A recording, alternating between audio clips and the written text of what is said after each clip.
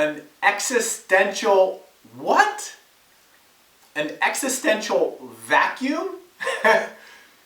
Why would I be talking to you about an existential vacuum? What does that even mean? What does it mean to question your purpose and meaning? What does it mean to die professionally, to die personally, to how you see the world? What does it even, how does it even connect to the idea of movement? No matter what happens in your world, whether you change jobs, get hired, get a promotion, get fired, lose your job, scrape by, follow your passion as an artist because it just is so meaningful to you. It's the only thing you want to do, or you're really amazing at something like numbers and you're gifted and you're deeply into stocks and buying and selling small companies. All of those people I've mentioned, and many more, need exercise. Exercise and your body will be with you forever. You cannot do something without your body. And when you're faced with those limits, when you feel your body can no longer do what it once could do, it's alarming.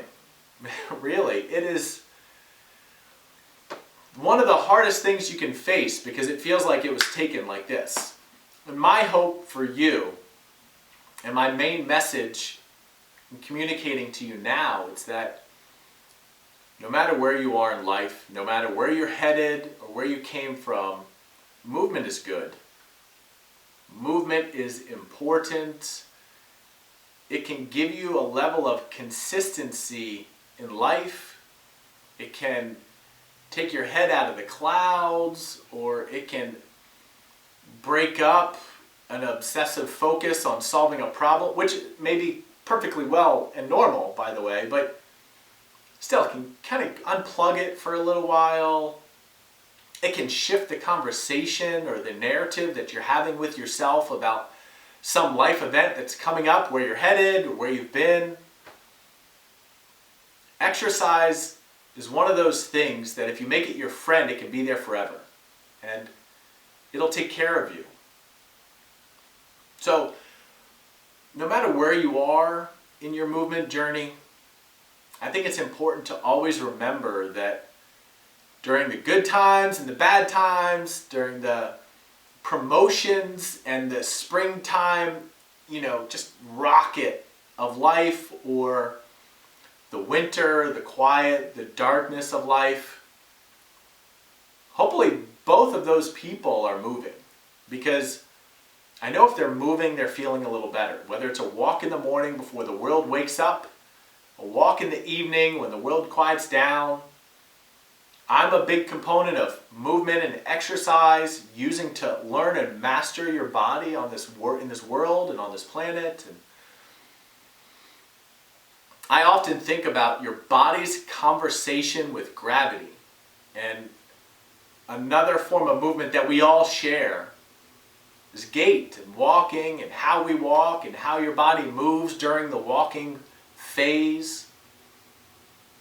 So I think about that. In all of my exercise sessions, in every training session, I am consistently asking one question. How does this relate to gait? How does this relate to walking? That's it. And then there are some other questions that start from there, but how does this connect to walking? So when life seems great, when life seems difficult, when life seems like it can't get better or just cut you a break, exercise is going to be there. And it just takes time to start the conversation. So you can start it by doing an exercise. You know what I'm going to say. My orientation is, how did it feel? Where did you feel it? Because I love building that conversation that your mind has with your body, building that story, that narrative. Oh, my back pain. Okay, the back pain is definitely the villain, man. That's what's wrecking your life at the moment. Let's figure out what sort of conversation we can have with your back in order to learn what it needs to be an assimilated part of your whole. What sort of accommodations do we need to make in the lifestyle to soothe the back? So sure, I started this off by saying existential vacuum and personal death in terms of your identity. Oh man, if I'm not this person because I was fired, if I'm not an accountant, what am I going to do in the world? How am I going to provide? Those questions. That would be more of a kind of a professional death and a personal in a way. Look, it's tough when you're getting started.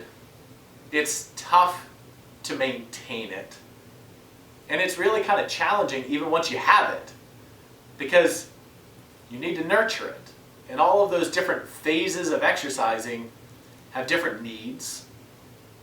And when you move into different decades of your life, you have different needs. They change. Your body functions different. Your mind thinks different. But generally speaking, people can be tricked out of exercising. They can, I don't know why, but they can talk themselves out of exercising. But it's the one thing that no matter what you experience in life, you can do, you can claim ownership of it, and you can see incremental progress. I mean, I might be able to see it, sure, but you can feel it before somebody else can see it, usually. So the big message here, the theme of this video is that no matter what's going on up here, what sort of dilemma you're feeling in here, no matter what the world tells you you are or you are not, exercising can be there. I've seen it over decades. I've experienced it. I'm sure you have had some similar experience in a way. So just fight for your right to exercise. Exercise your right to move. It's important to me that you know how important I think that is for you. So if you like this video, check out my YouTube. Go to my website, DominicSessa.com. Sign up for my newsletter if you are already not signed up. Check me out on Instagram. Stay tuned for more videos.